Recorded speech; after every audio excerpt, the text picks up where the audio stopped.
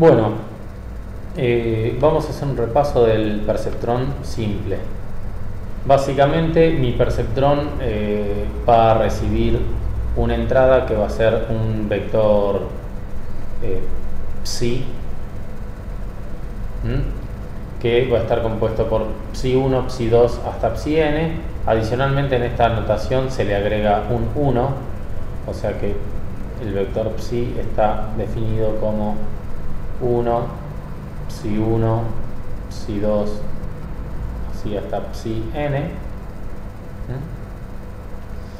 Y vamos a hacer la combinación lineal entre mi entrada y los pesos del perceptrón. Eso es lo que hace el perceptrón en la primera etapa cuando está en su etapa de funcionamiento. Eso me va a dar mi salida H. La salida H, lo que voy a hacer, una vez que la tengo, la voy a procesar con una función signo. Y recuerden que la función signo, para este caso en particular, la vamos a definir como 1 en el caso de que h sea mayor o igual a 0 y menos 1 en el caso de que h sea menor a 0. Bueno, luego de hacer este procesamiento, que básicamente es esta cuenta que tenemos acá, lo que tenemos es nuestra salida O. Y si el perceptrón está funcionando correctamente y además se cumple que el patrón que puse a mi entrada es un patrón anotado, es decir, yo sé cuál es la salida esperada, lo que esperaría es que O sea igual a Z. Básicamente en mi etapa de aprendizaje, mis vectores yo necesito tenerlos anotados, y en mi etapa de funcionamiento regular, bueno, en ese caso yo no voy a tener patrones anotados, sino que lo que voy a tener son patrones desconocidos a los que yo quiero clasificar. Entonces, mis patrones de entrenamiento básicamente van a ser una serie de vectores psi supramu a los cuales les corresponde una salida deseada z supramu. Bien, ¿qué significa que mi perceptrón está funcionando correctamente? Bueno, significa que para todas las salidas para las cuales yo espero que O valga 1, los W, el producto escalar entre W y los psi, que es mi vector de entrada, tiene que ser mayor o igual a 0. Y para los vectores para los cuales yo quiero que mi salida, o sea, para los vectores de entrada para los cuales yo quiero que mi salida sea menos 1, entonces el producto escalar entre W y psi tiene que ser menor que 0. Así cuando los proceso en ambos casos con mi función signo, ahí tengo el 1 o el menos 1 según corresponda. Bien, ahora cuando se presentó el perceptrón, básicamente se presentó el funcionamiento del perceptrón, se presentó también el algoritmo de aprendizaje. El algoritmo de aprendizaje básicamente es ir dándole los patrones que yo tengo anotados, ¿sí? Los patrones psi supramu. A medida que yo varío el valor de mu, lo que estoy haciendo es cambiar el patrón anotado que voy a utilizar para entrenar. Y básicamente para cada patrón anotado aplicar la fórmula que W, los pesos nuevos, es igual a los pesos en el instante anterior, a los pesos podemos llamar viejos, más una constante alfa, también a esta constante por ahí la ven como eta, por un delta W. Acá yo tengo que W nuevo es vector, W viejo es vector y mi delta W también es un vector.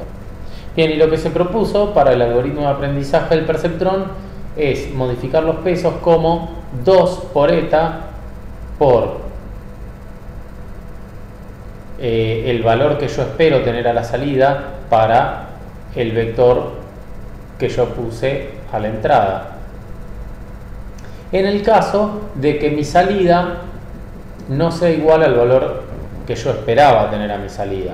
Es decir, si mi salida y el valor que yo esperaba tener a la salida o son coincidentes, yo no modifico los pesos. Digo que para ese patrón el perceptrón está funcionando correctamente y no sería necesario modificar los pesos. En cambio, para el caso en el que no sean iguales la salida esperada y la salida obtenida, entonces ahí voy a aplicar esta ecuación. A esta ecuación ahora vamos a explicar un poco cómo es que funciona, pero no vamos a entrar en la demostración de que esto siempre, en el caso de converger, que converge. Entonces, bueno, tenemos nuestra ecuación, y para entender qué hace esta ecuación y cómo funciona esta ecuación, es muy útil aplicar esta transformada que está acá. Esta transformada que básicamente me dice que x supramu es igual a psi supramu por z supramu. Es decir, mi nuevo x es igual a mi vector de entrada, mi patrón de entrada anterior, multiplicado por mi salida deseada. Fíjense, acá tenemos un problema representado donde tenemos un vector solución a mi problema. Si yo tengo que los circulitos, para los círculos yo espero tener una salida de +1 y para las cruces espero tener una salida de -1.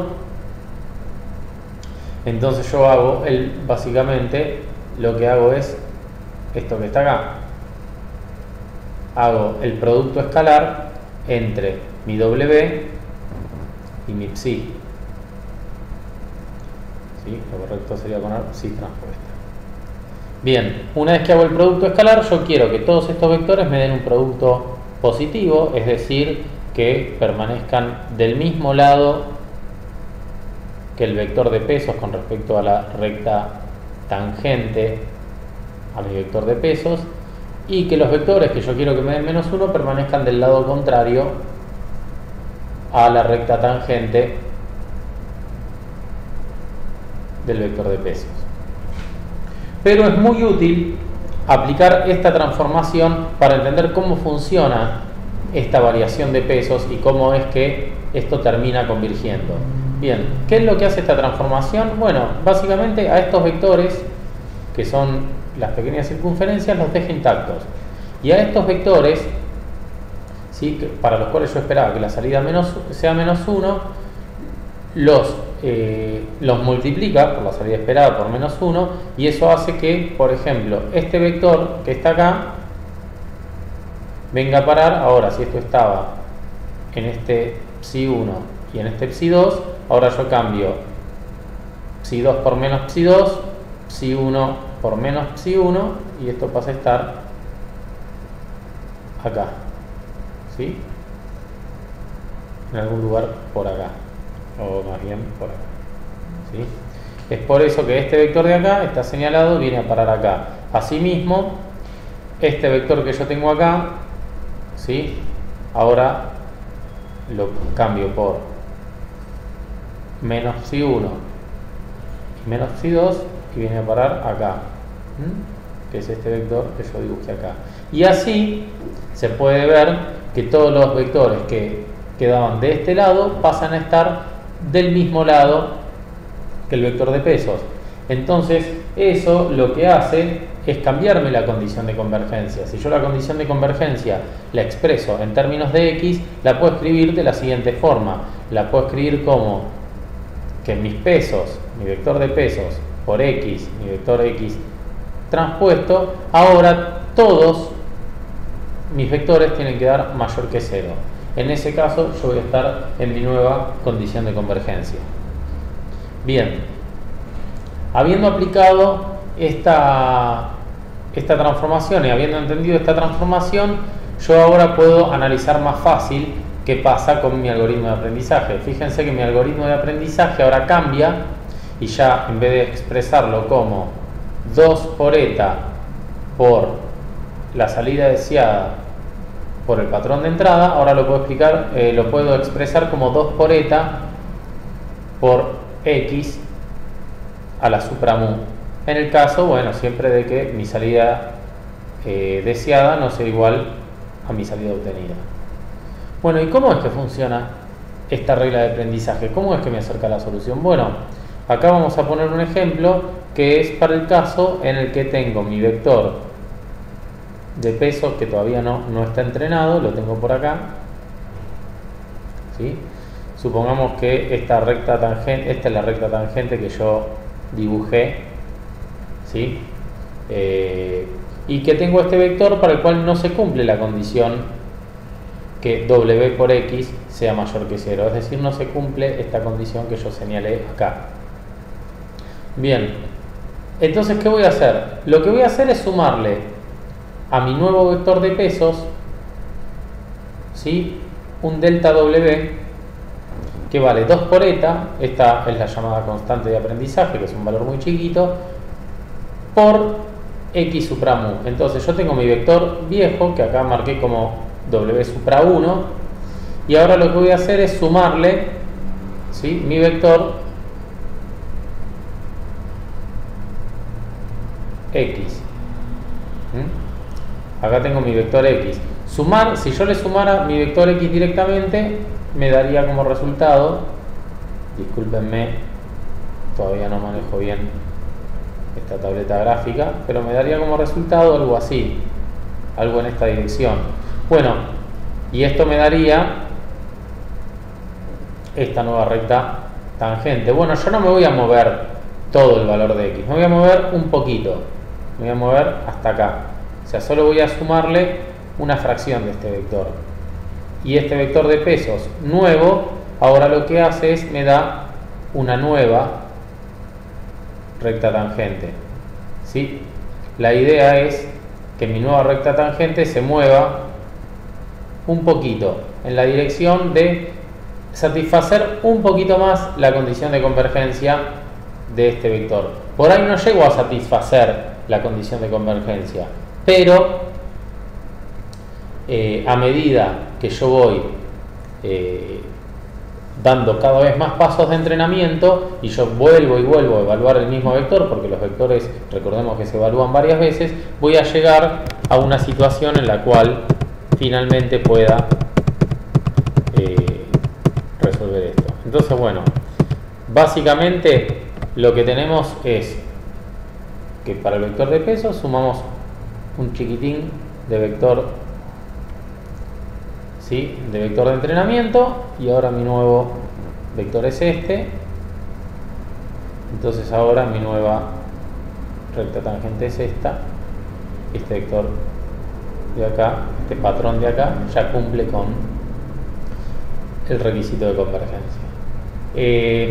Bien, ¿en qué caso esto funciona? En el caso que este eta sea lo suficientemente chico como para que yo tenga la granularidad correcta para ir moviendo a mi vector de pesos. Si los cambios en mi vector de pesos son muy abruptos, en el vector de pesos son muy abruptos, entonces yo nunca voy a poder por ahí tener el paso requerido para poder lograr la situación de convergencia. Básicamente esto es lo que hay que saber de cómo funciona el algoritmo de aprendizaje. Se puede demostrar formalmente que esto, si el problema es linealmente separable, el vector de pesos converge a la solución para un eta lo suficientemente chico. Pero con tener una comprensión de que lo que voy haciendo a medida que entreno es esto, ya eso genera una idea intuitiva de cómo es que funciona el algoritmo de aprendizaje. Entonces, bueno, cuando se presentó el perceptrón, se presentó el algoritmo de aprendizaje, se demostró la convergencia en el caso de problemas linealmente separables y un eta chico o lo suficientemente chico. Algunas cuestiones que tiene el perceptrón es que no está definida claramente la función de costo para el perceptrón, y eso vamos a ver que podría llegar a ser un problema. Otra de las cuestiones que tienen, otra de las características que tiene es que la función de activación no es derivable, y eso también es un problema, y fundamentalmente que solo resuelve problemas linealmente separables, y esa es una limitación del perceptrón simple, que vamos a ver cómo la salvamos con las redes multicapa. Bueno, para finalizar, lo que podemos decir es que hay una generalización del perceptrón. Lo que yo voy a pedir es que la función de costo sea derivable con respecto a la salida, es decir, si yo tengo una función de costo j definida, yo lo que quiero es que la derivada de j con respecto a la salida exista. Y lo otro que voy a pedir es que la función de activación también sea derivable con respecto a su entrada. Es decir, que esta f de acá, que para esta f de acá exista una f'.